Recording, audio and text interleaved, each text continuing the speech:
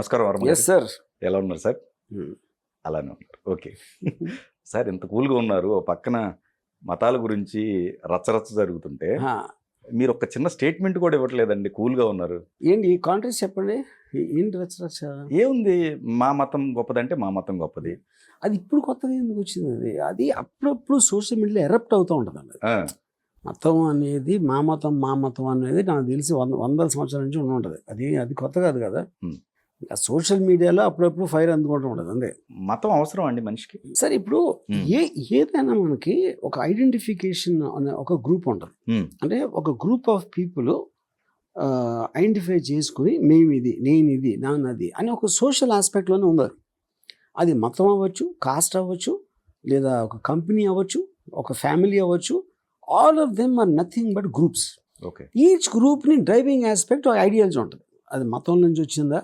ఇప్పుడు for example నాకు చాలాసార్లు ఇప్పుడు నా మతం, నా ఊరు, నా దేశం, నా ఫ్యామిలీ, నా కంపెనీ ఇవన్నీ ఓకే అయితే నా కాస్ట్ ఎందుకు ఓకే కదా అసలు? అది నాకు ఇప్పుడు అర్థం కాదు. ఓకే, గ్రూపే కదా ఫైనల్గా ఐడెంటిఫై చేసుకునేది. అవును. ఇప్పుడు మీరు ప్రతిసారి మనిషి కొన్న స్వార్థంలో వాడు ఏమంటాడు? నా దేశం అంటాడు, నా ఊరు అంటాడు, నా వీధి అంటాడు, నా ఇల్లు, నా కంపెనీ, నా ఫ్యామిలీ, నా పిల్లలు, నా మతం. సో ఈ అన్నిట్లోనే ఓకే, అది ఇంకా ఒక సెపరేట్ దానికి వద్దాం, కాస్ట్కి ఎందుకు డిఫరెన్స్ ఉందని. బట్ ఇది ఏదైనా సరే అక్కడ. సో అప్పుడు మతం అనేది ఏంటి? మతం అనేది మీరు చిన్నప్పటి నుంచి మీరు పుట్టినప్పుడు ఒక బ్లాంక్ మైండ్తో పుడతారు. దాని తర్వాత మీరు పుట్టిన వాతావరణం కానీ, మీ పెద్దలు కానీ, మీరు మీ ఫ్రెండ్స్, మీ ఎక్స్పీరియన్స్ అన్నీ కలిపి మీకు ఒక బిలీఫ్ సిస్టమ్ తయారు చేస్తాయి. అప్పుడు ఏంటి, నేను ఈ మతాన్ని నమ్ముతాను. ఫర్ ఎగ్జాంపుల్ నేను ఈ మధ్యన ఒక ఆయన విపరీతంగా సాయిబాబా లేకపోతే వెంకటేశ్వర స్వామి అలా మాడుతూ ఉంటారు. ఇప్పుడు నేను సార్ మీరు పోయినప్పుడు అక్కడ ఉంటే అల్లా ఉంటే మీ పరిస్థితి ఏంటన్నా? అల్లా కానీ జీసస్ కానీ ఉంటే ఎక్కడ పైన తెలియదు కదా, వెళ్తే కానీ తెలియదు కదా మీకు. ఓకే, అది సో బేసిక్గా మోస్ట్ ఆఫ్ ద టైం, అంటే నేను ఎవరిని కెంచపరచని చేయట్లేదు, కానీ మోస్ట్ ఆఫ్ ది టైం ఇది ఏంటంటే అలవాట్లో వచ్చేస్తుంది. సో ఇంకో మనిషికి దెబ్బలాడకపోతే అది సహించదు, ఏదో ఒక రీజన్ కావాలి. ఇప్పుడు ఫర్ ఎగ్జాంపుల్ నేను కాలేజ్ టైంలో ఉన్నప్పుడు నాన్ లోకలు, హాస్టల్ వాళ్ళు, హైదరాబాద్ వాళ్ళు, ఆంధ్ర వాళ్ళు 7-8 గ్రూప్స్ ఉన్నాయి. అవన్నీ ఎందుకు ఉంటాయంటే దెబ్బలాడకపోతే మీకు చదువు మీద ఇంట్రెస్ట్ ఉండదు. ఫస్ట్ ఆఫ్ ఆల్ మీకు ఏదో ఒక యావిగేషన్ కావాలి. అలా కొట్టుకోవడానికి ఇలాంటి ఎక్స్క్యూజెస్ లేపుతారు, దాంట్లో అదొకటి. ఓకే, దాని తప్ప దేనికి అంతకన్నా ఏం ఉండదు అసలు. పోనీ దేవుడు అవసరం ఉందండి? నేను అదే చెప్తున్నా మీకు. మనిషికి ఒక న్యాచురల్ ఆస్పెక్ట్లో ఒక ఇండివిజువాలిటీ ఉండదండి, అటు సెల్ఫిష్నెస్ ఉంటుంది. ఇప్పుడు నాకు ఆ కారు కావాలి, ఆ కారు నా దగ్గర లేదు, నేను దొంగలికి తీసుకొస్తానా? లేకపోతే ఎవరో ఒక అమ్మాయి వెళ్తుంది, నాకు బలి ముద్దు పెట్టుకుని అనిపించింది. ఏది పడితే అది చేసే ఒక యానిమలిస్టిక్ ఆస్పెక్ట్లో ఉన్నప్పుడు దాంట్లో ఒక డిసిప్లిన్ రావాలి అంటే మనకి కొన్ని ఇవి ఉండాలి. దాంట్లో ఒకటి మతం. మతం ఏం చేస్తుంది? పాపం పుణ్యం చెప్తుంది. ఇలా నడుచుకోవాలి, ఇలా బిహేవ్ చేయాలి, ఇలా చేస్తే నీకు స్వర్గం వస్తుంది, అలా చేస్తే నరకం వస్తుంది. సిమిలర్లీ లా ఉంది, ఇలా చేస్తే నేను జైల్లో పెడతాం, ఇలా చేస్తే ఇక్కడ పెడతాం, కేసులు పెడతాం, అదొక భయం ఉంటుంది. తర్వాత సోషల్ ఆస్పెక్ట్లో సమాజం ఏమనుకుంటుంది, మనం ఏమైనా ఇలా చేస్తే నైతిక బాధ్యత, నైతిక విలువలు ఇవన్నీ పెట్టాయి. మొరాలిటీ, ఇమ్మొరాలిటీ ఒకటి, సోషల్ ఎథిక్స్ ఒకటి, రిలీజన్ ఒకటి, తర్వాత లా ఒకటి. ఈ 4 కూడా మనుషుల్ని డిసిప్లిన్లో పెట్టడానికి పనిచేస్తాయి. ఎందుకంటే అవి లేకపోతే మీకు అసలు సొసైటీ అనేది ఎగ్జిస్ట్ అవుతుంది. కరెక్ట్. ఎందుకంటే ఎవరి కాడు నియంత్రించుకుని ఇది మంచి చెడు తెలుసుకుని ఇది ఉండదు, కాబట్టి మీకు ఎక్స్టర్నల్ ఫోర్సెస్ కావాలి.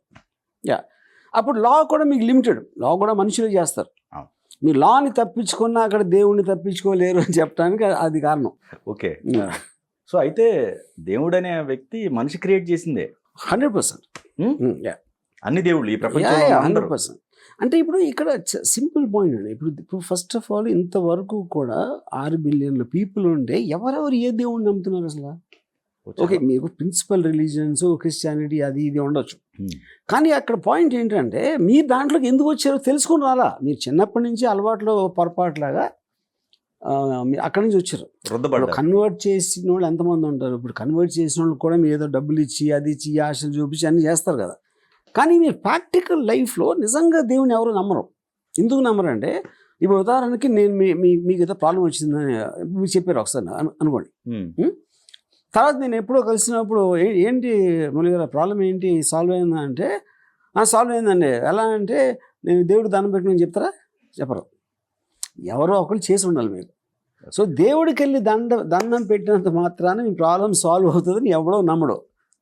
అప్పుడు దాని రిజల్ట్ ఏంటి? మీరు దేవుడు నమ్మనట్టే. కాకపోతే మీకు ఏలియన్ ఫోర్స్ కాబట్టి మనకి ఏమి పోయేది లేదు కాబట్టి దేవుడిని నమ్మినట్టు నటిస్తాం మోస్ట్ ఆఫ్ ద టైం. అందుకనే మీకు దేవుడిని విపరీతంగా నమ్మే వాళ్ళు కూడా పాపాలు చేస్తారు కదా. వాళ్ళు చేసినంత ఎవరు చేయరు. అప్పుడు ఏంటి? వేరే వాళ్ళ కోసం చెప్పటానికి నమ్ముతారు వాళ్ళు దేవుడు. వాడు నిజంగా లోపల నమ్మేవాడు చాలా తక్కువ మంది ఉంటారని నా ఫీలింగ్. కానీ 90% ఫాలో అవుతున్నట్టే ఉన్నారు కదండి ఈ ప్రపంచం మొత్తం కదా చూసుకుంటే. ఫాలో అవుతున్నారని చెప్తున్నారండి. అయ్యారా లేదా ఎలా తెలుస్తుంది మీకు? అంటే మనకి ఎవ్రీ ఫెస్టివల్ కనపడతా ఉంటారు కదా. ఫెస్టివల్ ఎంటర్టైన్మెంట్ ఈవెంట్స్ అది. అంతేనా? ఎంటర్టైన్మెంట్ ఈవెంట్ అది. Okay okay. మేము మైకిల్ జాక్సన్ కాన్సర్ట్కి రావచ్చు, ఎక్కడికి రావచ్చు, మహేష్ బాబు సినిమాకి వెళ్ళొచ్చు. That is a completely different thing. మీరు నిజంగా లోపల బిలీవ్ చేస్తే అసలు ఏం కష్టాలు ఉండవు కదండి అసలు. ఫస్ట్ ఆఫ్ ఆల్ ఇప్పుడు దేవుడు మీకు సూక్తులు చెప్తారు కదా, ఇలా ఉండాలి, పరవాళ్ళని చూసి ఈర్ష్యపడకూడదు, అందరికీ మంచి చేయాలి అని దేవుడు చేసే ఏదైతే చెప్తారో దేవుడు అవన్నీ ప్రాక్టీస్ చేస్తే మీకు ఇంకా వరల్డ్ ప్రాబ్లమ్స్ ఎందుకు ఉంటాయి? అవును, అసలు గొడవలే ఉండవు కదా. కరెక్టే. అందుకనే నా థియరీ, ఎవరు నిజంగా నమ్మరు, లోపల బయటికి నమ్మినట్టు నటిస్తారు బయట వాళ్ళ కోసం. ఓకే. ఇప్పుడు ప్రవీణ్ పగడాలది తీసుకుందాం ఇష్యూ. అది హత్యో లేకపోతే యాక్సిడెంటో ఏది అర్థం కావట్లా. కానీ అసలు నిజంగా ఫాలో అసలు ఫుటేజ్ వస్తుంది కదా. ఏదైనా సరే అంటే ఇప్పుడు మనిషికి లిమిటెడ్ టైం ఉంటుంది. నాకున్న లిమిటెడ్ టైంలో నేను ఫాలో అయిన కేసులో అసలు అది లేదు, లేదా నాకు ఏం తెలియదు అసలు దాని గురించి. కానీ ఇక్కడ ఒకటి చెప్పండి సార్, వాళ్ళందరూ ప్రవీణ్ పగడాలకు సంబంధించి అతను కాదు ఇది హత్య అంటున్నారు. రెండో వెర్షన్లో ఇంకా కన్ఫర్మేషన్ తెలియదండి. సీసీ ఫుటేజ్ అనేది అతను బైక్ మీద తాగి డ్రైవ్ చేయటం వల్ల చనిపోయాడని చెప్పేసి ఒక 2-3 చోట్ల కింద పడి ఫైనల్ గా చనిపోయాడు అనేది వస్తుంది. అయితే ఒక చిన్న కంక్లూజన్ సార్, ఇప్పుడు హత్య అని తేలింది అనుకోండి, రేపు పాస్టర్ల దగ్గర అందరికి భయం అనేది క్రియేట్ అవుతుందిగా, మళ్ళీ ఆ మతంలో ఒక భయం క్రియేట్ అవుతుందిగా. సరే ఇది ఎప్పటి నుంచో అవుతాం అనేది. ఇప్పుడు మీకు 30-40 years బ్యాక్ ఒక పాస్టర్ని చంపిస్తారు కాల్ చేసి. ఆ టైంలో చాలా పెద్ద కేసు అది. నేను అనుకుంటా ఒరిస్సా అనుకుంటున్నా. Okay, I'm not sure about the state. So అలా ఈ ఆస్పెక్ట్లో వైలెన్స్ జరగటం అనేది ఎప్పుడు జరుగుతుంది. ఇప్పుడు ఇందులో ఇంత పెద్ద స్పెషల్ ఏంటో నాకు అర్థం కావట్లేదు. అన్నిసార్లు అన్ని జరిగినప్పుడు పైగా ఏంటి, అదేమో డైరెక్ట్గా ఎవిడెన్స్ దొరికింది. ఎవరో వేరే మతం వాళ్ళు ఒక మతం వాళ్ళు వ్యాన్లో పెట్టి సజీవంగా కలిసారు. అదే that was a very big case at that time. ఇదేమో అవునా కాదా కూడా తెలియదు అన్నప్పుడు ఏదో పులుముతున్నారా ఏదో వాడేవారు. బెట్టింగ్ యాప్స్ పైన మీ అభిప్రాయం ఏంటండి? నాకు అది కూడా తెలియదు. కానీ ఓన్లీ థింగ్ ఏంటంటే నాకు అర్థమైన కాంటెక్స్ట్ దాంట్లో ఇప్పుడు ఒకళ్ళు సెలబ్రిటీలు ఎండోర్స్ చేశారు, చేయకూడదు చేశారు అనుకుందాం ఒక నిమిషం. ఫర్ ఎగ్జాంపుల్ అది గ్యాంబ్లింగ్ యాప్ అవ్వచ్చు. ఏది ఎండోర్స్ చేసినా కూడా అదే ఉండాలి కదా. అప్పుడు ఫర్ ఎగ్జాంపుల్ ఒక బట్టలు ఒక క్లోదింగ్ బ్రాండ్ ఎండోర్స్ చేశారు అనుకోండి. క్లోదింగ్ బ్రాండ్ ఫలానా చాలా మంచి బ్రాండ్ అని చెప్పారు. వీడు వెళ్ళి కొన్నాక నాకు బాగాలేదు వాడు చెప్పాడు కాబట్టి కొన్నాను, ఆడి మీద కేసు పెట్టచ్చా? లేకపోతే ఆవిడ సినిమా చాలా బాగుంది అని చెప్పాడు, ఎవరో ఒక ట్వీట్ పెట్టాడు అనుకోండి. ఆడి సినిమా వెళ్ళి చూసి అది నచ్చలేదు వీడు చెప్పాడు కాబట్టి చూసాను అని కేసు పెడతారా? అంటే I think it becomes an impossible thing ఒకటి. రెండోది ఏంటి, బెట్టింగ్ యాప్స్లో ఇప్పుడు అది ఎప్పటి నుంచో ఉంది నాకు తెలిసి. ఇప్పుడు వాళ్ళు ఏంటి సెలబ్రిటీస్కి వాళ్ళ తప్ప వాళ్ళకు ఉన్న ఫేమ్ వల్ల ఎవడో వచ్చి అడుగుతాడు, సార్ మీరు దీన్ని ఇలా పెడితే మేము మీకు ఇంత ఇస్తాం అంత ఇస్తాం ఏదో పెడతారు. అందరూ చేస్తున్నారు కాబట్టి ఆడికి తప్పని తెలిసా తెలీదా? మీరు లా ఎన్ఫోర్స్ చేయడానికి మీరు ఫస్ట్ ఎడ్యుకేషన్ ఉండాలి కదా, అది తెలియాలి కదా. Okay, ignorance of the law is not a defence, అది తెలుసు, దట్ ఇస్ ట్రూ. కానీ ర్యాండమ్గా మీరు పెట్టినప్పుడు ఒకేసారి అందరూ మేల్కొని అలా చేసినప్పుడు ఓకే స్ట్రాంగ్ సిగ్నల్ పంపించాలి, దానికి ఒక వార్నింగ్ ఉండాలి కదా. అలా అది చెప్పి ఏదో స్ట్రాంగ్గా ఇలా చేసాం ఇలా చేసి తీసుకుంటున్నాం ఇప్పుడు చేయొద్దు. అప్పుడేంటి మీకు గవర్నమెంట్ చాలా క్లియర్ కట్ పాలసీ చేయాలి. ఫస్ట్ ఏది దేని కింద వస్తుంది, ఏది ఇల్లీగలు, ఏది ఇలా చెప్పడం అనేది తప్పు, లేకపోతే దానికి ఎంత శిక్ష ఉంటుంది అని మీకు ఆ స్ట్రాంగ్ ఫార్ములేషన్ లేకుండా సడన్గా అవుట్ ఆఫ్ ద బ్లూ వచ్చి చేసినప్పుడు అన్నిట్లో పెట్టచ్చు కదా అంటున్నాను. ఇప్పుడు అమితాబ్ బచ్చన్ గారు నాగార్జున కళ్యాణ్ జ్యువెలరీ అంటారు, కళ్యాణ్ జ్యువెలరీని ఎండోర్స్ చేశారు, మోహన్ లాల్ అందరూ. రేపు పొద్దున్న ఆ గోల్డ్లో ఏదో కల్తీ వచ్చింది అనుకోండి, సపోజ్ ఒక్క నిమిషం, నేను I'm telling you hypothetical situation. Right right. అప్పుడు అమితాబ్ బచ్చన్ నాగార్జున మీద కేసు పెడతారా? అసలు అది ఏంటిది? So I feel all of them are not even aware. అసలు first of all betting apps ఇల్లీగలా కాదా అని తెలియనప్పుడు దాని బేసిస్ మీద సడన్గా యాక్షన్ తీసుకోవడం అనేది I don't think it's fair. కానీ దానివల్ల మళ్ళీ వాళ్ళు సారీ చెప్పారు, ఇది ముందు తెలియదు అని చెప్పేసి. అవును, కానీ దానివల్ల చాలా మంది ప్రాణాలు పోయాయి, కానీ నష్టం జరిగింది. అది వాళ్ళకి ఎలా తెలుస్తుంది అన్న? ఓకే. సో ఇప్పుడు ఎవరో వచ్చి ఇప్పుడు బెట్టింగ్ కూడా అందరూ చేస్తున్నారు. బెట్టింగ్ ఇప్పుడు నేను ఎండోర్స్ చేయాలంటే ఇప్పుడు అమితాబ్ బచ్చన్ నాగార్జున గోల్డ్ ఫ్యాక్టరీకి వెళ్ళాలి ఏంటి తీసి వాళ్ళందరూ మెజర్ చేసి అప్పుడు ఎండోర్స్ చేస్తారా? అది కుదరదు, అవ్వదు కదా అది. సో ఇక ఈ బడ్జెట్ విషయాలకు వద్దాం. ఇప్పుడు సినిమాలు అనేవి సార్ మనకి ఎవ్రీ ఇయర్ ఒక 300 వేసుకుందాం అండి, ఇది ప్రొడక్షన్ సైడ్ రిలీజ్కి వాటికి సంబంధించి. దాంట్లో సక్సెస్ చూసుకున్నట్టయితే 10% మనకి లేదా 20% కనిపించింది. ఇదేది ఇప్పుడు నుంచి కాదు, ఫస్ట్ నుంచి కూడా మనకి. కరెక్ట్. సో కానీ అప్పటికి ఇప్పుడు కంపారిజన్ చేస్తే బడ్జెట్లోనండి నేను చెప్పేది. సో ఇప్పుడు ఇంత ఓటీటీస్ వచ్చాయి, ఒక ప్రొడక్షన్ ఏదైతే మనం చేసామో దాన్ని థియేటర్లోనే ఇవ్వాల్సిన అవసరం లేదు, మనకు ఓటీటీస్ అను లేకపోతే ఇంకోట రకరకాలు ఉన్నాయి. అయినప్పటికి కూడా నష్టం అనేది ఒకటి చెప్తా ఉన్నారు మేజర్గా. ఇప్పుడు ఇక్కడ ఫస్ట్ దీని గురించి మాట్లాడే ముందు అసలు మనం ఫస్ట్ తెలుసుకోవాల్సింది 90% ఫెయిల్యూర్ అని చెప్పారు కదా. 90% ఫెయిల్యూర్ అంటే ఏంటి ఫస్ట్ ఆఫ్ ఆల్ అర్థం. సినిమా సక్సెస్ ఫెయిల్యూర్కి 4 ప్యాటర్న్స్ ఉంటాయండి. ఒకటి, మీరు ఎంత ఖర్చు పెట్టారు, ఎంత వచ్చింది. 2, బయర్ ఎంత కొన్నాడు, ఎంత వచ్చింది. 3, క్రిటిక్స్. 4, ఇండివిజువల్స్. దీంట్లో క్రిటిక్స్ అనేవాళ్ళు వాళ్ళ వెబ్సైట్లో ఇక్కడ అక్కడ పెడతారు కాబట్టి హిస్టారికల్గా ఫలానా ఇంత ఇచ్చాడు, ఫలానా అంత ఇచ్చాడు అని ఒక రికార్డ్ ఉంటుంది. ఇండివిజువల్స్ మ్యాటర్ కాదు, ఎందుకంటే ఇండివిజువల్స్ మ్యాటర్ చేయడానికి మనం బాక్స్ ఆఫీస్ ఫిగర్స్ చెప్తాం. ఓకే, సో ఇప్పుడు అక్కడ సపోజ్ ఒకడు ఒక 2 కోట్లు సినిమా తీసాడు అనుకోండి, అది 3 కోట్లు కలెక్ట్ చేసింది అనుకోండి, అది 1 కోటి రూపాయలు ప్రాఫిట్ వచ్చింది హిట్ అనడం. అదే సినిమా వాడు 4 కోట్లు తీస్తే 3 కోట్లే వస్తే 1 కోటి పోతుంది, అది ఫ్లాప్ అంటాం. అప్పుడేంటి ఒక్కడి విజన్ అది. అప్పుడు ఏమవుతుందంటే మీ డబ్బులు పోయినాయి అంటే డబ్బులు ఎవరికి పోవు, అసలు డబ్బులు వేరే వాళ్ళ జేబులో వెళ్తాయి. వేరే వాళ్ళ జేబుల్లోకి వెళ్ళటం అంటే అర్థం ఏంటి?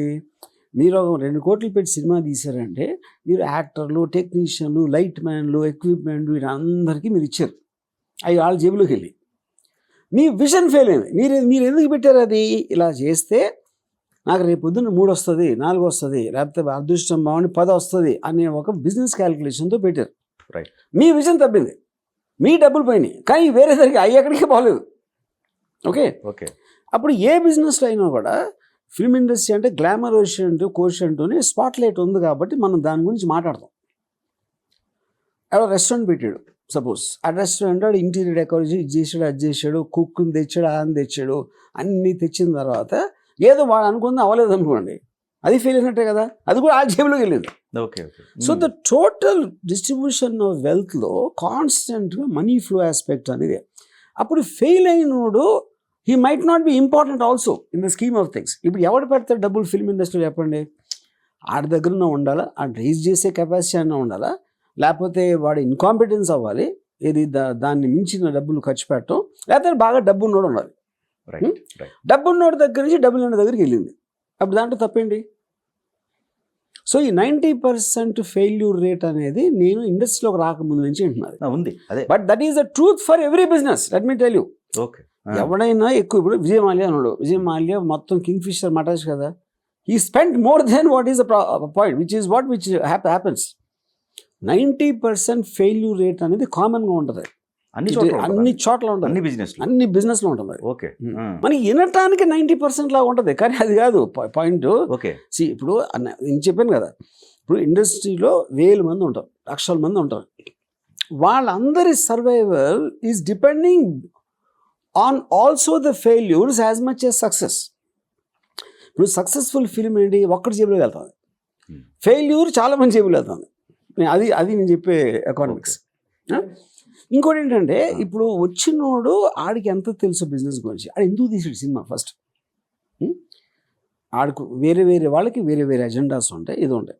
సినిమా ఇండస్ట్రీకి సంబంధించి చాలాసార్లు ఏదో గ్లామర్ కోసం వాళ్ళ పేరు చూసుకోవడానికో, లేకపోతే వాళ్ళ కొడుకుని లాంచ్ చేయడానికో, లేకపోతే ఇంకోటి ఎవరికో టోపీ పెట్టి ఆడి దగ్గర తీసుకుని, ఇలాంటి రకరకాల కారణాలు ఉంటాయి. బిజినెస్ కోసం చాలా తక్కువ మంది ఇస్తారు సినిమా ఇండస్ట్రీలో. 10% అంటే డెఫినెట్గా లెక్కలు తెలిసి అసలు ఎంత దీని కెపాసిటీ ఉండడానికి ఛాన్స్ ఉంది, ఎంత రిస్క్ ఉందని ఈ లెక్కలు ఖచ్చితంగా తెలిసిన వాళ్ళు చాలా తక్కువ మంది ఉంటారు. ఇప్పుడు ఈ సక్సెస్ 10% ఏదైతే మనం అనుకుంటున్నామో అది ఇదే అయి ఉండొచ్చు. ఇది బిజినెస్ తెలిసిన ఆ 10% మీరు నోషనల్ గా అంటున్నారు. ఈచ్ పర్సన్ కి వేరే ఉంటుంది. అది మీరు అన్ని కలిపేసుకోగల వాటిలో 10% బాగున్నాయి బాగాలేదు అనడానికి దట్ ఈస్ నో లాజిక్ దానికి. అంటే సక్సెస్ ఫెయిల్యూర్ మనం కంపారిజన్ చేసుకుంటాం. ఇప్పుడు ఇండస్ట్రీలో ఉన్న ఇండివిజువల్స్ కదా చేసేది. ఒక ఇండివిజువల్ చాలా కేర్ఫుల్ గా ఒకటి చేస్తున్నాడు, ఆడికి డబ్బులు మిగిలినాయి లేకపోతే పోలేదు అనుకుందాం, ఇంకొకటి చాలా పోయినాయి, వాడికున్న రాంగ్ క్యాలిక్యులేషను దాని మూలన.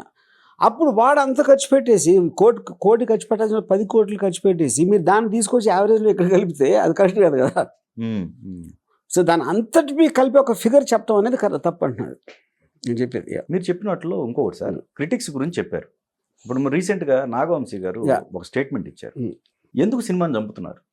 ఇప్పుడు మీకు సినిమాకి సంబంధించిన ఏ యాడ్స్ కావచ్చు లేకపోతే ఏదన్నా ఉంటే మా మీదే డిపెండ్ అవుతున్నారుగా, మరి అలాంటప్పుడు సినిమాని ఎందుకు చంపుతున్నారు మీరు అని చాలా.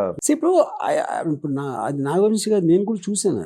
అది దాంట్లో పర్టికులర్ రాంగ్ థియరీ అండి. నేను చెప్పింది కరెక్టే, కానీ ఎక్కడ పోతుంది, నీకు పేపర్ ఉందనుకోండి, న్యూస్ పేపర్ రకరకాలు వస్తాయి, అదంతా కలిపి పేపర్ అవుతుంది, లేకపోతే అలాగే వెబ్సైట్లో ఏదేదో వస్తాయి అన్ని కలిపి అవుతాయి. దాంట్లో ఒక ఫీచర్ రివ్యూ కాలం ఉంటుంది. ఒక న్యూస్ ఈనాడు పేపర్ ఉంది, టూకీ కానీ ఏదో ఉంటుంది, ఈ న్యూస్ ఉంటుంది, ఏదో అడ్వర్టైజ్మెంట్ ఉంటుంది, లేకపోతే ఇంకోటి ఏదో ఫైనాన్స్ మీద ఎవడో రాస్తాడు ఒకడు, లేకపోతే స్టాక్ మార్కెట్ అంటాడు, ఏదో క్రైమ్ అంటాడు ఒకడు. ఇలాంటి రకరకాల అన్నీ కలిపి వస్తుంది పర్టికులర్ దాంట్లో. Even if you take it as a cinema website also, reviewer అనేవాడు ఒకడు. దాంట్లో రివ్యూవర్ అనేవాడు ఇండస్ట్రీకి సంబంధించినవాడు కాదు. ఫస్ట్ రివ్యూవర్ అనేవాడు is actually working for the public, technically speaking. Similarly the website is also working for the public. ఎందుకంటే film industry నుంచి రావట్లా, ఇది వాళ్ళకి ఫిల్మ్ ఇండస్ట్రీ నుంచి డబ్బులు రావట్లేదు, ఫిల్మ్ ఇండస్ట్రీ బేస్డ్ ఇన్ఫర్మేషన్ గురించి చేస్తున్నారు. న్యూస్ పేపర్ కూడా దగ్గర చేసేది, ఎవరెవరి దగ్గర ఏదో జరుగుతూ ఉంటే అవన్నీ కలెక్ట్ చేసి న్యూస్ పేపర్లో ఆడు మంచి కాదు, ఈడు చెడ్డ, ఈడు దొంగ, అది ఇది అని చెప్తున్నాయి. ఆయన ఏమన్నారంటే యాడ్కి సంబంధించిన మేము ఇస్తున్నాం కదా, అంటే అమౌంట్ కూడా మేము పే చేస్తున్నాం కదా అనేది కూడా ఆయన పాయింట్ చేస్తున్నారు. యాడ్కి సంబంధించి మీరు పే చేసేది దానికి ఉన్న సర్క్యులేషన్ బట్టి పే చేస్తున్నారు. ఓకే, దానికి ఉన్న సర్క్యులేషన్ తోటి మీరు యాడ్ వేస్తే వాడి సైట్కి వచ్చే ఎంతమంది చూస్తారు కనుక ఇస్తున్నారు, లేకపోతే మీరు యాడ్ ఎందుకు ఇస్తారు వాళ్ళకి. సేమ్ థింగ్ న్యూస్ పేపర్లో, న్యూస్ పేపర్లో పర్టికులర్ కంపెనీ వాడు ఇస్తున్నాడు యాడ్, మా యాడ్ చూస్తే ఈనాడికి ఎంత సర్క్యులేషన్ ఉందంటే అంతమంది చూస్తారు అని వాడి ఉద్దేశంతో చూస్తున్నాడు. కానీ ఇప్పుడు అలాంటప్పుడు నా యాడ్ వస్తుందిగా, నా కంపెనీ మీద బ్యాడ్ వచ్చినా సరే నువ్వు మీరు రాయకూడదు పేపర్లో అంటే ఏంటాడు, అది వేరే business. First we have to segregate that అంటున్నాను. యూనో అక్కడ మెయిన్గా ఏంటంటే ఇప్పుడు ఒక చాలా సింపుల్ ఎగ్జాంపుల్ చెప్తాను. ఒక బట్టల కొట్టు ఉందండి, ఒక బట్టల కొట్టు దగ్గర ఆడు మంచి క్లోత్స్ ఏదో పెట్టాడు, ఒకడు బయట నుంచున్నాడు. వచ్చే కస్టమర్లు అందరితోటి అది బట్టలు చండాలం ఉన్నాయి, అవి మీరు వేసుకోవద్దు అని చెప్తున్నాడు అనుకోండి కంటిన్యూస్గా. అది యాక్చువల్గా that is the correct point. అది లీగల్గా అది పాసిబుల్ కాదు నాకు తెలియదు. ఇప్పుడు నేను బిజినెస్ పెట్టుకుంటే నా బిజినెస్ గురించి కంటిన్యూస్గా if you are telling some wrong things, ఏది మీకు అసలు పార్టీ లేకుండా దాంట్లో అది డిఫమేషన్ కిందకు వస్తుందా, డ్యామేజింగ్ ప్రాపర్టీ. మీరు ఫిజికల్గా మీరు దాన్ని ఏమి చేయట్లా, but you are damaging the value of the property, దానికి సంబంధించిన ఆస్పెక్ట్ చూడాలి. లీగల్లో అదొక్కటి వర్కౌట్ అవచ్చు. ఇది ఎందుకు వర్కౌట్ అవుతుందంటే ఇప్పుడు కొనర్షియర్స్ ఉంటారు, వైన్ లేకపోతే కార్ కొత్త కార్ వచ్చిందంటే దాని మీద రివ్యూ చేస్తారు. స్పేస్ ఎక్కువ లేదంటాడు, స్టీరింగ్ వీల్ ఏదో కొంచెం గట్టిగా ఉందంటాడు, అదంటాడు ఇదంటాడు, ఫోన్స్ వస్తాయి. Every product is being reviewed in the world now, including politicians. వైసీపీకి వేయొద్దు ఓటు అంటాడు ఒకడు, ఎందుకంటే ఇది అంటాడు, టీడీపీకి వేయొద్దు అంటాడు, లేకపోతే డొనాల్డ్ ట్రంప్ ఎదవ అంటాడు ఇంకోడు. మొత్తం ప్రపంచం అంతా అన్నిటినీ రివ్యూ చేస్తాం. That is the world we are living in. Cinema ఒకటే కాదు అక్కడ. రివ్యూ అంటే ఏంటి, ఫైనల్గా మీ ఒపీనియన్ చెప్తాం, అంతే కదా ఫైనల్గా. అప్పుడు మీ ఫ్రీడమ్ ఆఫ్ స్పీచ్ ఉన్నప్పుడు expressing your view on anything or any product is not a crime. ఇంకోటి ఏంటి, రివ్యూవర్ పేరు ఎందుకు వస్తుంది, వాడి వాడు చెప్పిన విధం ఎంతో కొంతమంది వింటున్నారో చదువుతున్నారు ఎంటర్టైన్ అవుతున్నారో ఇలాంటి రకరకాలే ఉంటాయి. సో వాడు కూడా ఒక ప్రాపర్టీ కదా. అప్పుడు మీరు ఒక సినిమా డైరెక్టర్గా ఎంత ఉన్నారో ఆ రివ్యూవర్ కూడా ఆడి కెపాసిటీలో ఆడు అంతే. ఓకే. యా, కానీ ప్రభావం ఉంటుందంటారా వర్మ గారు? అది నాకు తెలియదు సార్. ఇప్పుడు ఎగ్జాంపుల్ సార్ వందలు ఉంటాయి. ఇప్పుడు ప్రభావం ఉండదని అనట్లేదు, కానీ it's very difficult to gauge that. ఇప్పుడు చాలా పెద్ద పెద్ద సినిమాలు కూడా బ్యాడ్ రివ్యూస్ ఉండి సూపర్ హిట్ అవుతాయి. కరెక్ట్. అలాగే ఆపోజిట్లో అవుతాయి. అవును. సో ఫైనల్ ఒపీనియన్ కదా. ఇప్పుడు మీకు క్యాన్సిల్ కల్చర్ వచ్చినప్పుడు బాయ్కాట్ బాలీవుడ్ అని వచ్చినాయి కదా. అది 2-3 సినిమాలు ఫ్లాప్ అయినప్పుడు అరే వాళ్ళు చేస్తున్నారు అనుకున్నారు. 4వ సినిమా వచ్చి పెద్ద హిట్ అయిపోతే మర్చిపోయేది మళ్ళీ. Okay. Yeah. So nobody nose. Okay. ఇప్పుడు క్యాన్సిల్ కల్చర్ అనేది యూఎస్లో అంత విపరీతంగా, అంటే ఎవరో ఒకరిని టార్గెట్ చేసి విపరీతంగా ట్రోల్ చేసి వాళ్ళు తీసి పడేస్తున్నారు. పెద్ద పెద్ద యాంకర్స్ పాటలు రిజైన్ చేసి కంపెనీలు ఉద్యోగాలను తీసేసి అలాంటివన్నీ చేశారు లాస్ట్ 3-4 ఇయర్స్లో. యూనో, సో అది ఆ సోషల్ మీడియాలో ఒక వేవ్లో వస్తుంది, ఒక వేవ్లో వచ్చి అలా కొట్టుకుంటూ వెళ్ళిపోతుంది. అది మనం it is a problem with the technology. You can't do anything. అది ఆ టెక్నికల్ ఎలిమెంట్ ఉంది కాబట్టి. కానీ అప్పుడు నాగవంశీ గారు చెప్పిన దాంట్లో ఆయన the context is correct, but why it won't work is because of this. ఎందుకంటే మనం ఎంతసేపు film industry point of view నుంచి రివ్యూవర్ని చూస్తున్నాం అని రివ్యూవర్ పాయింట్ ఆఫ్ నుంచి ఫిల్మ్ ఇండస్ట్రీ చూడట్ల. సార్ మీకు ఒక ఇంపార్టెంట్ థింగ్ ఉందండి. ఒక పాలిటిక్స్ ఉన్నాయి. ఫర్ ఎగ్జాంపుల్ పొలిటికల్ లీడర్స్ వాళ్ళు ఏదో ఒక గెలిచి వస్తారు. చాలామంది అది వేయద్దు, వాడి ఓటు వేయద్దు, ఆడది అని పని లేనివాడు పని అందరూ చెప్పడం మొదలెడతారు. అది ఎంతమంది వింటారు, దానివల్ల ఇన్ఫ్లుయెన్స్ అవుతారు అనేది సెపరేట్ చాప్టర్ అది. ఓకే. సేమ్ థింగ్ ఇప్పుడు సినిమా ఉంది. సినిమా అనేది బిజినెస్లో ఏంటి, నేను ఎంత మంచి సినిమా ఇస్తున్నా, మీకు 3 గంటలు సూపర్ ఆనందం వస్తుంది, అట్లాంటి సినిమా మీరు చూసి ఉండరు అని చెప్తాం. రివ్యూర్ ఏమంటాడు, అదేమంత ఏమి లేదు, ఆడు చెప్పింది ఇది లేదు అది లేదు ఇది లేదు అని చెప్తున్నాడు. అంటే ఎవరిని కాషన్ చేస్తున్నాడు, టికెట్ కొనివాడిని కాషన్ చేస్తున్నాడు. కరెక్ట్. దాన్ని అందుకని నేను ఏమంటున్నానంటే వాడు ఆడియన్స్ కోసం పనిచేస్తున్నాడు. ఆడు ఆడియన్స్ రిప్రజెంటేటివ్గా కాదు, ఆడు ఒకే ఒక్క వాయిస్, వాడు చెప్పిన ఎఫెక్టివ్నెస్లోంచి ఏదైనా, అందుకని ఆడు స్టార్ అయ్యాడు. అక్కడ రివ్యూస్లో కూడా స్టార్స్ ఉంటారు కదా, మన పర్టికులర్ మనిషి ఆడు నీచాడు తెలుసా స్టార్స్ అంటే ఆడు స్టార్ అయిపోయినట్టే కదా. రివ్యూస్ ఇవ్వడానికి మీకు సోషల్ మీడియాలో వేలు ఇవ్వచ్చు, ఎవరికి ఎంతో కొంత ఆడు రాసే విధానంలో వాడికి ఉన్న ఫాలోయింగ్ దాంట్లోనే మనం తీసుకునేది సీరియస్గా ఫైనల్గా. వీళ్ళు అనేది ఇంకోటి సార్. ఓకే, మీరు అన్నట్టు స్టార్స్ అంటున్నారు. ఓకే, కానీ వీళ్ళు అనేది ఇంకో పాయింట్ ఆఫ్ వ్యూలో అంతగా మీకు చేతనైతే మరి మంచి హిట్ ఇవ్వచ్చు కదా. మీరు అది వేసినప్పుడు మంచి హిట్ ఇస్తారా లేదా అనేది వాళ్ళకి అనవసరం విషయం అండి. వాళ్ళకు ఉన్న దాన్ని వాళ్ళ ఒపీనియన్ చెప్తారు. కాదు సరే, ఎవరన్నా ప్రపంచంలో ఏ ఫిలిం మేకర్ అయినా హిట్ కోసం కాకుండా ఫ్లాప్ ఇస్తాడా? అప్పుడు మీరు కూర్చుని అక్కడ హిట్ ఇవ్వచ్చు కదా అంటే అది రిడిక్యులస్ థింగ్. అది అదే క్వశ్చన్ అడుగుతున్నారు చేస్తున్నప్పుడు అంతే. అసలు ఇప్పుడు అడిగే reviewer first of all hit ఇవ్వచ్చు కదా, వాడు ఒపీనియన్ చెప్తున్నాడు, వాడు ఒపీనియన్ చెప్పాలా వద్దా, ఏ విధంగా చెప్పాలి అని దాని మీద మనం కాన్సన్ట్రేట్ చేయాలి. ఇంతకు ముందుతో కంపేర్ చేసుకుంటే బడ్జెట్ పరంగా పెంచుకుంటా పోయినా కానీ పాన్ ఇండియా అని ఆల్మోస్ట్ రకరకాలుగా బిజినెస్ స్కోప్ పెంచుకుంటున్నారు. ఈ పరిస్థితుల్లో కూడా కొన్ని ప్రాజెక్టులకు మాత్రం హెవీ లాస్ అనేది క్రియేట్ కాదు. Heavy loss is a direct result of heavy cost of production కదా. సార్ మీకు సినిమా ఫస్ట్ ఫెయిల్ అవుతుంది, ఏ సినిమా ప్రైస్ ఫెయిల్ అవుతుంది. ప్రైస్ ఎందుకు ఫెయిల్ అవుతుందంటే ఇందాక డెఫినేషన్ ఇచ్చాను సక్సెస్ అంటే ఏంటంటే, ఇప్పుడు మీరు 1000 ఒక 10 కోట్లు తీయాల్సిన సినిమా 50 కోట్లు తీసారనుకోండి, 50 కోట్లు ఎందుకు అయ్యిందంటే ఒకటి మీ కంట్రోల్ తప్పుకోవడం, మీరు రెమ్యునరేషన్ ఇచ్చారా, ఇది చేశారా అది చేశారా, రకరకాల కారణాలు ఉండొచ్చు దానికి. ఓకే, ఎందుకు ఖర్చు పెడుతున్నారు? ఇప్పుడు ఇదంతా మూల కారణం రాజమౌళి ఏం చేశాడంటే టెరిఫిక్ సినిమా జనాలకు నచ్చితే 1500-2000 కోట్లు కలెక్ట్ చేస్తుంది అని ఒక బెంచ్ మార్క్ ప్రూవ్ చేశాడు. అప్పుడు ఏ ప్రొడ్యూసర్ పెద్ద సినిమా తీసేవాళ్ళు ఎవరైనా కూడా నాది దాన్ని కొట్టేస్తుంది అనుకుంటాడు, కానీ స్టార్టింగ్లోనే మంది పర్లేదు యావరేజ్గా ఉంటుందని అనుకోడు, ఎవడు అనుకోడు. అప్పుడు ఆ డబ్బులన్నా ఉండాలి, ఆ కెపాసిటీ అన్నా ఉండాలి, లేదా స్టార్ట్ అయిన తర్వాత కంట్రోల్ చేయలేని సిచ్యువేషన్లో ఆ హోప్ తోటి ఇంకా అలా నడిపేస్తారు. అప్పుడు కొడుతుంది దెబ్బ. ఇప్పుడు మీకు హాలీవుడ్లో ఓవర్ బడ్జెట్ ఎందుకన్నా, మనం బాలీవుడ్లో కూడా ఉన్నది ఓవర్ బడ్జెట్, మీకు తెలుసా అది? ఎందుకంటే కార్పొరేట్ కొనేస్తుంది, ఆల్రెడీ ప్రీ డిటర్మిన్ చేస్తాను దాని వాల్యూ. ఈ సినిమా ఈ స్టార్ కాస్ట్ ఇది దీంతో ఎంత కొంటాం అనేసారు. దాని తర్వాత అందుకని మీకు ఇండిపెండెంట్ ప్రొడ్యూసర్స్ అనేవాళ్ళు హాలీవుడ్లో 25 years అయిపోయింది. ఇండిపెండెంట్ ప్రొడ్యూసర్ ఉండరు హాలీవుడ్లో. బాలీవుడ్లో కూడా most of the time 90% of the time it is the studios. ఎందుకు స్టూడియోస్?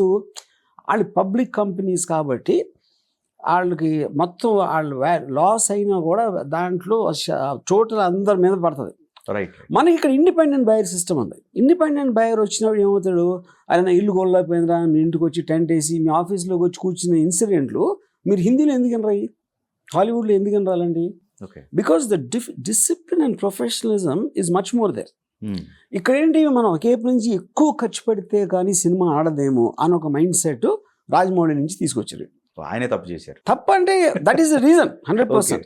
మీకు బాహుబలి లాంటి సినిమా అప్పుడు రాకపోతే ఇన్ని పెద్ద సినిమా ఎలా వస్తాయి, అసలు ఎలా వస్తాయి, ఎలా పాసిబిలిటీ ఉంది? No not chance. కరెక్ట్. అసలు సౌత్ చాప్టరే మారిపోయింది అసలు. అది చెప్తున్నా. ఎందుకంటే మంచి సినిమా 1500 crores అంటే 1500 కాదండి, 1000 రాదా, 1000 కాదండి, 700 రాదా, 500 కూడా రాదా? అలాంటప్పుడు సినిమా ఎందుకు తీయడం అన్నప్పుడు 500 crores అనేది నార్మల్ అయిపోయింది ఈ దెబ్బతో. అదే దీని అంతరికి కారకుడు గ్రేట్ బాహుబలి డైరెక్టర్ ఆయనే 100%. సో ఇక్కడ పాయింట్ ఏంటంటే అప్పుడు మీరు నెక్స్ట్ ప్రాబ్లం ఏమవుతుందంటే డైరెక్టర్కి ప్రొడ్యూసర్ డిఫరెన్స్ ఏంటంటే ప్రొడ్యూసరు ఎంతో కొంత నేను అదే రియాలిటీతో నలుగురితో మాట్లాడి ఇలా చేస్తే కొంచెం సేఫ్ అవ్వచ్చు, ఒక 10-15% రిస్క్ ఉండొచ్చు, ఇలాంటి దాంతో స్టార్ట్ అవుతారు.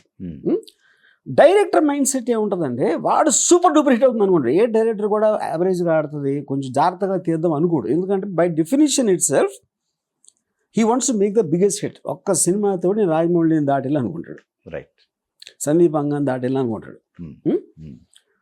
దాంతో ఎంత ఇంకా ఎక్కువ ఖర్చు పెట్టించినా వచ్చేది అంత ఉంది కదా అని ఆడి ఉద్దేశం.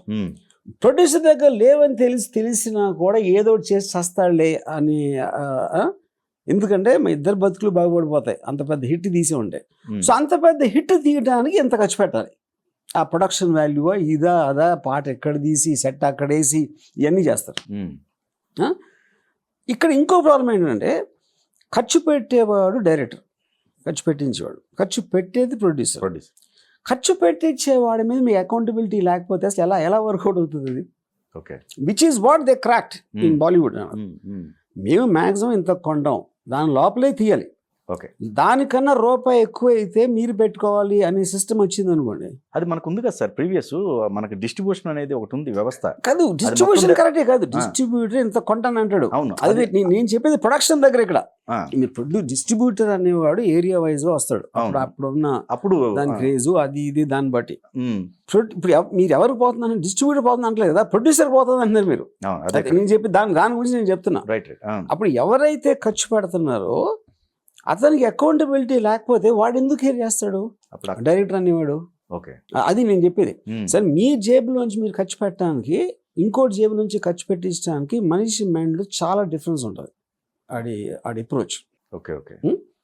ఎందుకంటే డైరెక్టర్ కూడా వేస్ట్ చేయడం అని కాదు, ఎంత ఎక్కువైతే అంత బాగుంటుంది కదా, అంత ఎక్కువ బాగుంటే అంతమంది వచ్చి చూస్తారు కదా అనే ఒక హోప్ అది. I'm not saying delivery rate చేస్తున్నాను అని చెప్పట్లా. అట్లయితే కొన్ని కంపెనీస్ ఉన్నాయి సార్, ఇప్పుడు యశ్ చోప్రా వల్ల ఇట్లా కంపేర్ చేసుకుంటే మనకి రెడ్ చిల్లీ ఇట్లా కొన్ని కంపెనీస్ ఉన్నాయి, వాళ్ళందరూ పబ్లిక్ సెక్టర్ కాదుగా. అలా చూసుకుంటే పబ్లిక్ సెక్టర్ కాదు, కానీ వాళ్ళు they do it on the first ఏమంటారు దాన్ని, the control and the corporate style of film making వాళ్ళు కూడా చేస్తారు, వేరే వాళ్ళు కాదు. అతను డబ్బులు ఖర్చు పెడుతున్నాడు Aditya Chopra. So obviously will be very careful కదా. ఫైనల్ డెసిషన్ అయితే చోప్రా తీసుకుంటాడు, కరణ్ జోహర్ తీసుకుంటాడు, ఇది అవసరమా లేదా అని. ప్రొడ్యూస్ వాళ్ళ డైరెక్టర్స్ వాళ్ళకి తెలుసు ఎగ్జాక్ట్గా ఫిల్మ్ మేకింగ్ ఎలా ఉండదు. డైరెక్టర్ లేకుండా తీయలేని డైరెక్టర్ని కంట్రోల్ చేయలేని ప్రొడ్యూసర్ మాత్రమే ఇలాంటి రిస్క్లు ఉంటాయి. అది అయితే చోప్రా పర్వాలేదు కదా, వాళ్ళు ఫిల్మ్ మేకర్స్ కాబట్టి వాళ్ళు ఎవరు డైరెక్టర్ని వాళ్ళ కంట్రోల్లో ఉంటుంది సినిమా. అది డిఫరెన్స్ అక్కడ. సో అదే ఫాల్ట్ అయితే ఇక్కడ. ఇప్పుడు నాకు ఇంకోటి ఏంటంటే చాలా ఈ మధ్యన చూస్తున్నప్పుడు ఇప్పుడు ఒక మిడ్ రేంజ్ హీరో ఉన్నారు అనుకోండి, నేను పేర్లు చెప్పట్లా, అసలు వాళ్ళకి ఫ్యాన్స్ ఉంటారని సపోజ్ చేసుకోవడం పెద్ద మిస్టేక్ మిడ్ రేంజ్ వాళ్ళకి. ఇప్పుడు మీకు మహేష్ బాబు ఉన్నాడు, మహేష్ బాబు ప్రభాసో లేకపోతే తారక్ ఇలా 5-6 టాప్ స్టార్స్ వాళ్ళకి ఫ్యాన్స్ ఉంటారు. వాళ్ళకన్నా తక్కువ వాళ్ళకి ఫ్యాన్స్ ఎందుకు ఉంటారు అసలు? వీడికి కూడా ఆవిడ ఫ్యాన్ అవ్వచ్చు కదా. మిడ్ రేంజ్ యాక్టర్స్ మీద ఖర్చు పెట్టే ప్రొడ్యూసర్స్ వాళ్ళు ఏం చేస్తున్నారంటే ఆ పెద్ద హీరోల సినిమాని క్లోన్ చేస్తున్నారు. వాడు 500 కోట్లు అంటే వీడు 100 కోట్లు అంటాడు. అప్పుడు మీరు 500 కోట్ల సినిమాని చూస్తే 100 కోట్లు ఎందుకు ఇంప్రెస్ అవుతారు? మీరు ఐదర్ ప్రొడక్షన్ వాల్యూ కన్నా ఇంప్రెస్ అవుతారా, లేకపోతే కథకి ఇంప్రెస్ అవుతారు. మీ కథకి 100 కోట్లు అవసరం లేదు, 50 కోట్లు అవసరం లేదు. మలయాళంలో చేసి చూపిస్తున్నారు కదా. ఎందుకు మనకు రీసెంట్ కోర్ట్ వచ్చింది, కోర్ట్ మలయాళంలో ఎప్పుడు నుంచి పెడతాను. అప్పుడు ఏంటి, మిడ్ రేంజ్ వాళ్ళందరూ క్యారెక్టర్స్ ప్లే చేసి మంచి పర్ఫార్మెన్సెస్ స్టోరీ ఉన్న కాంటెంట్ పిక్ చేసుకుని లో బడ్జెట్లో తీసి కంటెంట్ మీద కొట్టాలి, వాళ్ళ ఫేస్ వాల్యూ అన్ని ఉపయోగించుకొని. కానీ వాళ్ళు ఏం చేస్తున్నారంటే దే మేకింగ్ ఎగ్జాక్ట్ వాళ్ళు హై స్పీడ్లో నడిచి, వాళ్ళు స్లో మోషన్లో ఫైట్లు చేసి, వాళ్ళు పాటలు పాడే స్టెప్లు వేసేసేప్పటికి మీకు దాని చీప్ వర్షన్ అనిపిస్తుంది కంపారిజన్. అది one of the biggest problems మన ఫిల్మ్ ఇండస్ట్రీలో, ఎస్పెషలీ తెలుగులో. ఇంకా మలయాళంలో చేరదు, తమిళ నాకు అంత ఐడియా లేదు. తెలుగులో ఎస్పెషల్లీ మిడ్ రేంజ్ యాక్టర్స్ బడ్జెట్లో దర్ వెరీ ఆ హీరోలు ఏమనుకుంటారంటే ఇంత ఖర్చు పెట్టి చేస్తే నేను కూడా మెల్లమెల్లగా ప్రవాస అయిపోతా, నేను కూడా మెల్లమెల్లగా తారక్ అయిపోతా అని వాళ్ళు అనుకుంటారు. అంతే కదా. దాని తర్వాత కావాల్సింది ఎవడో ప్రొడ్యూసరు, ఆడి దగ్గర డబ్బులు ఉండాలి, ఆడి దగ్గర ఇగ్నోరెన్స్ ఉండాలి, ఆడి దగ్గర ఇంకోటి ఏదో ఉండాలి, లేకపోతే ఒక కంట్రోల్ చేయలేని ఏదో, లేకపోతే ఆడికి ఏదో మనకు తెలియని అజెండా ఏదైనా ఉండాలి, అది కూడా. Okay, but at the bottom line దాని మూలాన ఫిల్మ్ ఇండస్ట్రీ నష్టపోదు. First of all film industry is label, అది మీనింగ్ లేదు, మీనింగ్లెస్ వర్డ్ అది. ఆ పర్టికులర్ డెసిషన్ తీసుకుని వాళ్ళే పోయేది. అవును, అంతే. వాళ్ళు 100 మంది కూడా ఉండరు. ఎందుకంటే వాళ్ళ దగ్గర ఉన్న డబ్బులని వేరే జేబులోకి వచ్చేసి ఇండస్ట్రీ వెళ్తానే ఉంటుంది. అవును, ఇండస్ట్రీ ఎక్కడికి వెళ్ళదు, ఇండస్ట్రీ ఎక్కడికి వెళ్ళదు. మళ్ళీ కొత్త నీరు వస్తుంది, కొత్త ప్రొడ్యూసర్ అంటే అంతే. మొత్తం అన్ని బిజినెస్ అదే అవుతుంది. అది నేను చెప్పింది అదే. ఓకే, సో కొంచెంసేపు మనం రాజకీయాల్లోకి వెళ్దాం సార్. ఎలా ఉంది కూటమి ప్రభుత్వం? నాకు ఏమి తెలుసు, నాకు ఏ ప్రభుత్వం తెలియదు. ఏపీ ఫైబర్ నెట్కి సంబంధించిన ఇష్యూ ఏంటండి? ఇప్పుడు మీకు మీడియా చెప్పి అదే నేను అనుకుంటాను అందరూ. అది basically it is a straight ఒక ఏముంటుందని అగ్రిమెంట్లో వాళ్ళు ఈ సినిమా మేము ఇక్కడ వేసుకుంటే ఎంత ఇస్తాం, అది సైన్డ్ అగ్రిమెంట్. అది దాంట్లో ఒక పర్టికులర్ అమౌంట్ పే చేశారు, నాకు సరిగ్గా గుర్తులేదు అకౌంట్. పే చేసిన తర్వాత వాళ్ళు ఏదో కంప్లైంట్ ఇచ్చి ఆపిచ్చారు, ఇది బ్రాడ్కాస్ట్ ఆపిచ్చారు. ఆపిచ్చిన తర్వాత వాళ్ళు కూడా పే చేయలేదు కదా అని మేము కూడా బ్యాలెన్స్ ఏదైతే ఇవ్వాలో అది మేము అడగల, ఎందుకంటే వాళ్ళకి దే కుడెంట్ ట్రాన్స్మిట్ ఉంది. అప్పుడు యాక్చువల్గా మాకు అది ఇవ్వాలి, ఇంకా అగ్రిమెంట్ ప్రకారం ఇంకా మీకు రావాల్సిందే, నాకు రావాల్సింది ఉంది. ఇది కూడా ఎప్పుడు జరిగింది డీలు, 1 month, నాకు సరిగ్గా గుర్తులేదు time, 1 month before the release of the thing something.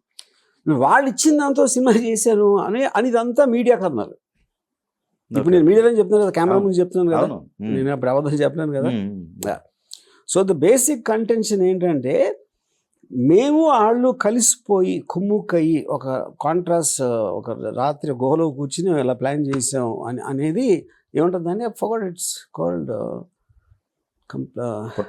కుట్ర కాదు, exactly collusion. That is what I think the point is. But on paper we actually have to get money. That is actual truth of the case. అది మీరు ఎవరు చూసినా అదేం రహస్యం కాదు, అది ఎవరు తీసి చూసినా పిటిషన్లో తెలిసిపోతుంది. అంటే ఇది ప్రీవియస్ ప్రొడక్షన్ అనుకొని దానికి ఈ మనీ ఇట్లా ట్రాన్స్ఫర్ చేద్దాం అని చెప్పేసి వాళ్ళు అనుకుని మీతో చేపించి ఉండొచ్చాము, అది కొల్యూషన్ అంటున్నా. ఓకే, అది కన్స్పిరసీ. ఓకే, పేపర్ మీద ఉన్నది అది అంతే కదా. మిగతా నేను 100 చెప్తాను దాంట్లో, అది ఎవరి పాయింట్ ఆఫ్ వ్యూ. ఓకే, కానీ అనుకున్న దానికన్నా ఎక్కువ బడ్జెట్ అక్కడ రాయటం జరిగిందండి, లేకపోతే అమౌంట్ సంబంధించి అనుకున్నాను కాదు.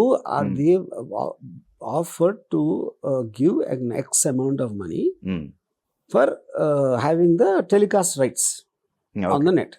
అంతే. దాంట్లో ఒక హాఫ్ ఎంతో పే చేశారు, హాఫ్ ఇవ్వలేదు. హాఫ్ మేము అప్పుడు క్లెయిమ్ చేయడానికి రీజన్ వాళ్ళు కూడా చేయలేకపోయారు కదా. ఓకే, ఇప్పుడు మీరు ఒక బయర్కి అమ్మారండి, బయర్ నాకు పేపర్ మీద ఓకే నేను ఈ పర్టికులర్ థింగ్ నేను ₹1 కోటి కొంటున్నా అన్నాడు. కొంటున్నా అన్నాక సరే అను, అన్నాక ఆడ 50 లక్షలు ఇచ్చాడు. 50 లక్షలు ఏదో కారణాలతో థియేటర్లో ప్లే చేయలేకపోయాడు. అసలు వాడి థియేటర్లో ప్లే చేస్తేనే కదా డబ్బు వస్తుంది. ఆ బేసిస్ మీద మేము అడగలేదు ఆ బ్యాలెన్స్ పేమెంట్ ఇమ్మని. But we can ask any time, ఎందుకంటే అగ్రిమెంట్ బట్టి అదే ఉంది. Okay okay yeah. బట్ దానికి ఈ రైట్స్ తీసుకునేది ఉందా అండి? ఆ సిస్టమ్ ఉందా? ఎవరైనా తీసుకోవచ్చు కదండి రైట్స్. ఓకే ఓకే కాదు సార్, ఎవరైనా సరే మాకు సంబంధించిన రేట్కి మేము తీసుకుని ఇక్కడ వేసుకుంటాం. ఒక బయర్ చేస్తాడు, శాటిలైట్ వాళ్ళు చేస్తారు, ఓటీటీ వాళ్ళు చేస్తారు, ఎవరైనా చేస్తారు. అది యా. బట్ అది గవర్నమెంట్ ఆర్గనైజేషన్ కదా. అది గవర్నమెంట్ ఆర్గనైజేషన్ కదా మమ్మల్ని అడిగింది. ఓకే ఓకే గవర్నమెంట్ ఆర్గనైజేషన్ మమ్మల్ని అడిగింది. దాన్ని బట్టే మేము అగ్రిమెంట్ చేసి వాళ్ళ సంతకాలు ఉన్నాయి, మా సంతకాలు ఉన్నాయి కదా. అది అది ప్రాపర్ గా ఉన్నాయి, no doubt. Everything of course correct.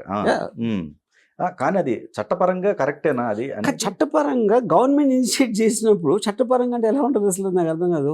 Okay okay వాళ్ళకి ఒక ప్లాట్ఫామ్ ఉంది సార్, అక్కడ మేము వేసుకుంటాం, దీనికి ఎంత డీల్ మీకు ఓకేనా, మేము ఓకే అన్నాం, అది చట్టపరమే కదా, ఇంకా ఇల్లీగల్ ఏముంది అక్కడ. మరి అదే ఎందుకండి దాన్ని పాయింట్ అవుట్ ఎందుకు చేస్తున్నారు? నేను అదే చెప్తున్నా.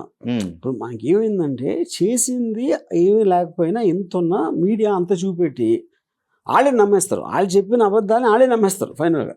మొత్తం రామ్గోపాల్ గోడ దూకి వెళ్ళిపోయాడు, ఇవన్నీ అదే కదా కథలో. అయిపోయిన తర్వాత ఏమీ లేదంటే మరి ఎంత ఎలా చెప్పారండి? అది మీరే చెప్పింది, నేను కాదు. కానీ ఇప్పుడు ఎంతవరకు ఒక్కడ కూడా అందరికీ తెలిసి, ఎవరైనా పిటిషన్ కానీ ఆర్డర్ చూస్తే తెలిసిపోద్ది. ఓకే, రామ్ గోపాల్ మాకు ఎంత ఇచ్చారు అంత ఇచ్చారని చెప్తున్నారు. అసలు ఏంటి ఎగ్జాక్ట్గా ఎవడన్నా అడిగాడా? ఎందుకంటే లాజిక్ చెప్తే బోర్ పడుతుంది జనాలు, డ్రామా ఉండదు. ఓకే, దాంట్లో మీ బ్యాక్గ్రౌండ్ మ్యూజిక్ వేసి బయట పడిన రహస్యం అని పెట్టి దాని ఫుల్ మ్యూజిక్ గీజిక్ పెట్టేస్తే అది అక్కడ ఏమీ లేదా రహస్యం, అందరికీ తెలుసుకోవడం ఉంది అక్కడ. కానీ ఇప్పుడు ఉన్న సమాచారం ప్రకారం అయితే అప్పట్లో అంటే ప్రజాధనంతో అనుకూలంగా ప్రభుత్వం ఏదైతే ఉందో ఆ కాన్సెప్ట్లని డిజైన్ చేసుకొని వాటికి ఈ రూట్లో నిధులు మళ్లించారు. ఇదే బయటకు వస్తుంది, అంటే ఈ రూపంలో అదే అంటున్నాండి. మరి ఇప్పుడు అది సొంత డబ్బులతో చేసుకోవచ్చు. అది కాదు, నీకు సింపుల్ కామన్ సెన్స్ అంటాను. ఒక్క సెకండ్ అనుభవం. నేను 2 సినిమాలు చేశాను, యోహో శపథం. అవును.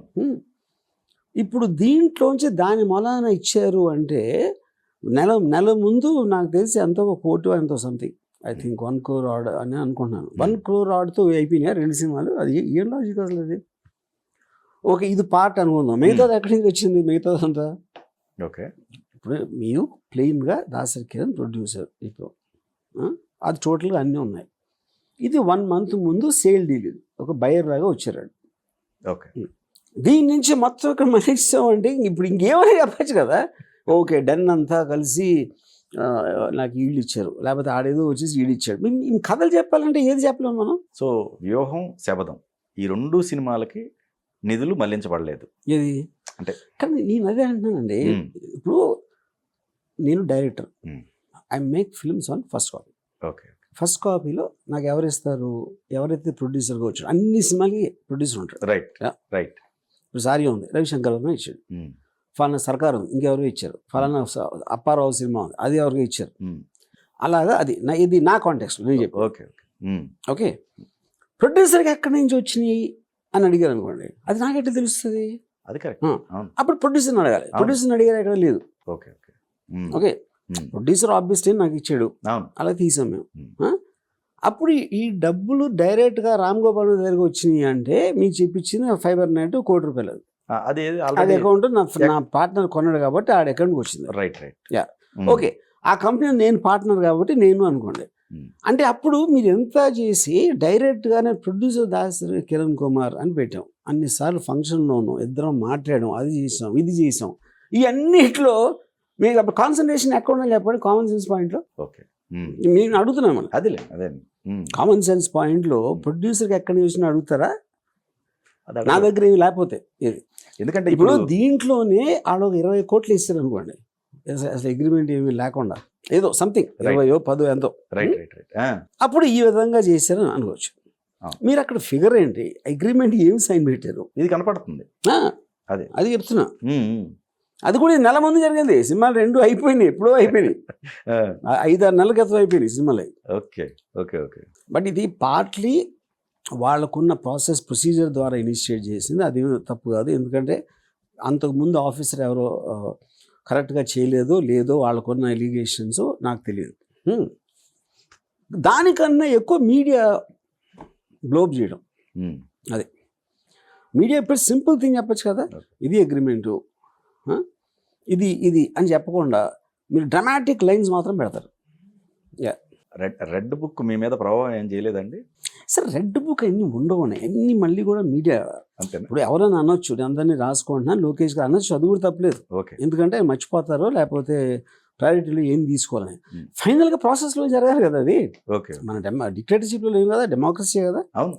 ఫైనల్గా మీరు కొన్ని సీరియస్గా తీసుకోవచ్చు చేయొచ్చు, కానీ అదంతా ప్రాసెస్లోనే కదా జరిగేది. అవును, దానికి ప్రూఫ్ ఉండాలి, ఇది ఉండాలి, ఎవరేం చేశారు, ఏం చేశారు, ఏ సెక్షన్ కింద వస్తుంది, అదే కదా ఫైనల్ పాయింట్.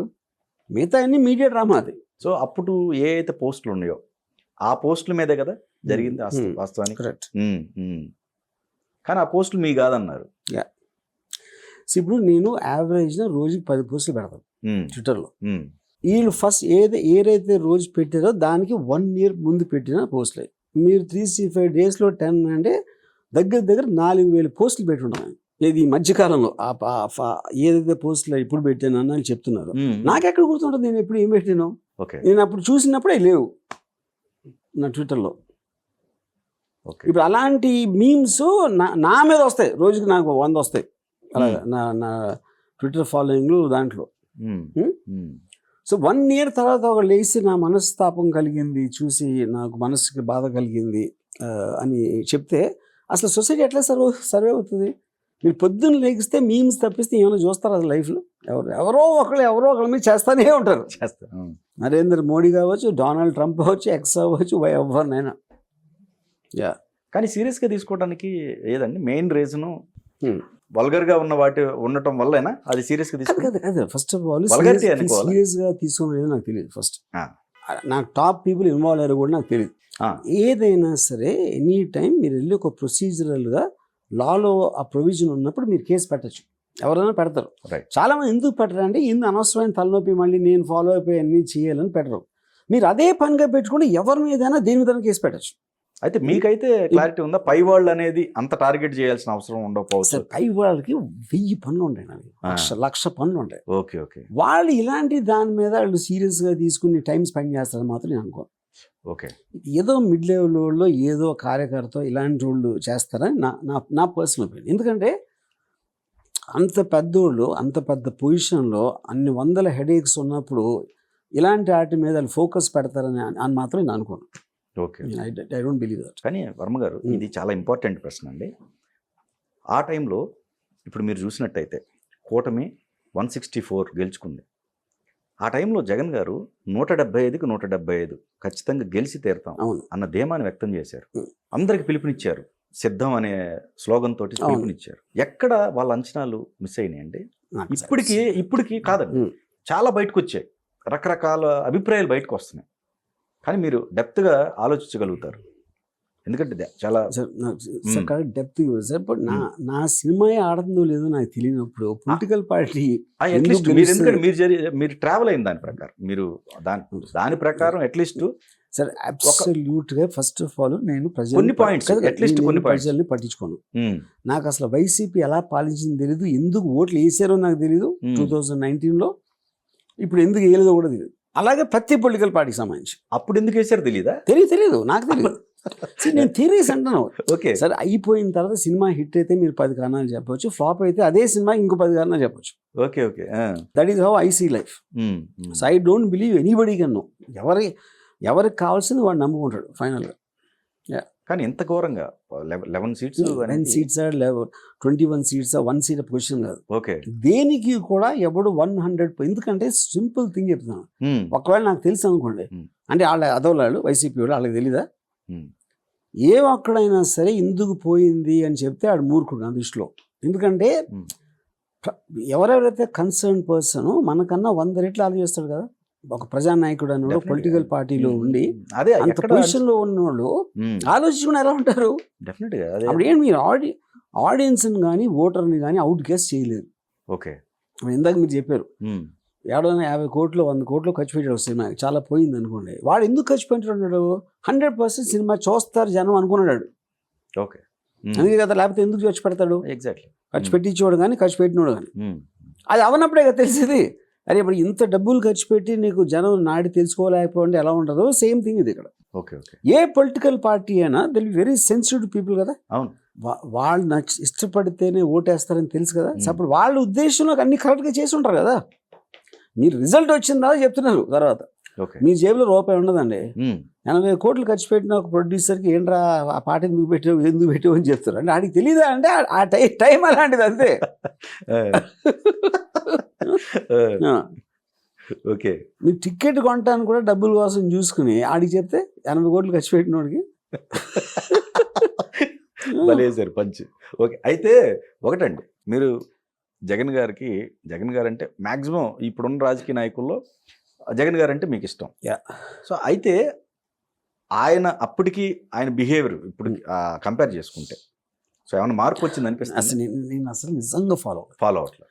నేను ఆయన కలిసిందే 3 నెలలు సార్ మ్యాక్సిమం. Okay okay. అది కూడా నేను ఎప్పుడు ఆయన ఏంటి గవర్నమెంట్ ఎలా నడుపుతారు, పాలసీస్ ఏంటి, ఆయన స్కీమ్స్ ఏంటి, అవన్నీ నేను ఎప్పుడు చూడాలి. నాకు తెలియదు కూడా తెలియదు అసలు.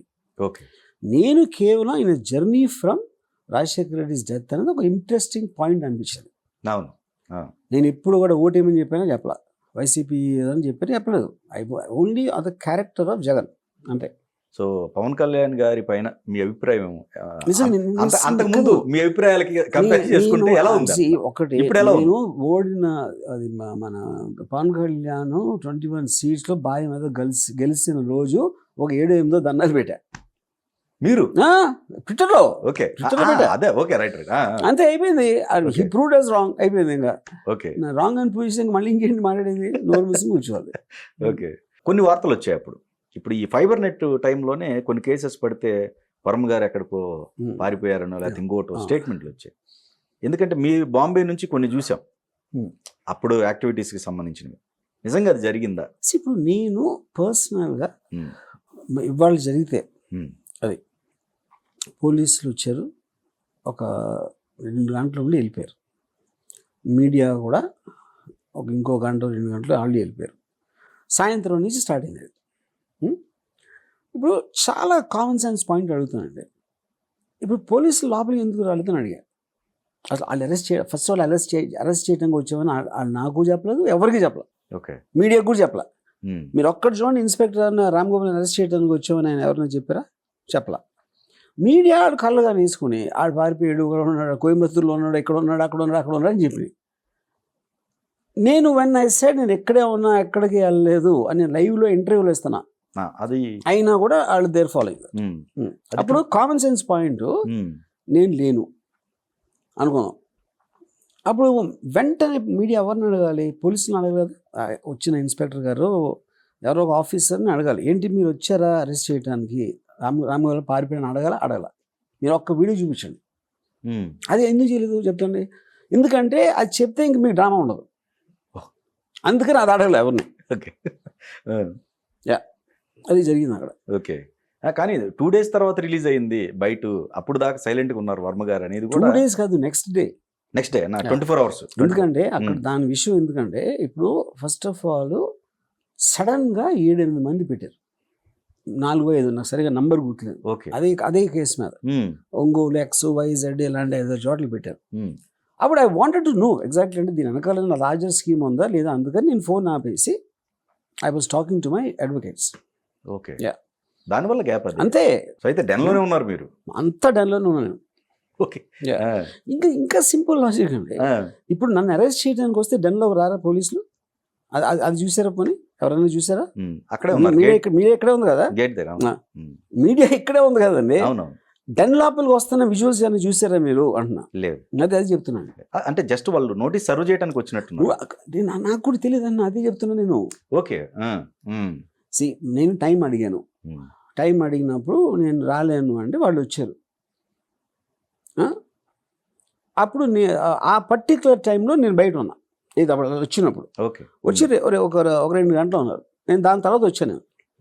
నా పాయింట్ ఏంటంటే వాళ్ళు నా కోసం వస్తే నేను లేను అంటే లోపల రాకుండా ఉంటారంటే అసలు ఎవరైనా? Okay. That is not how it works. No, అది నేను చెప్పేది. మరి వాళ్ళు నాతో మాట్లాడడానికి వచ్చారా, నోటీస్ ఇవ్వడానికి వచ్చారా, అది కూడా నాకు ఇప్పుడు తెలియదు.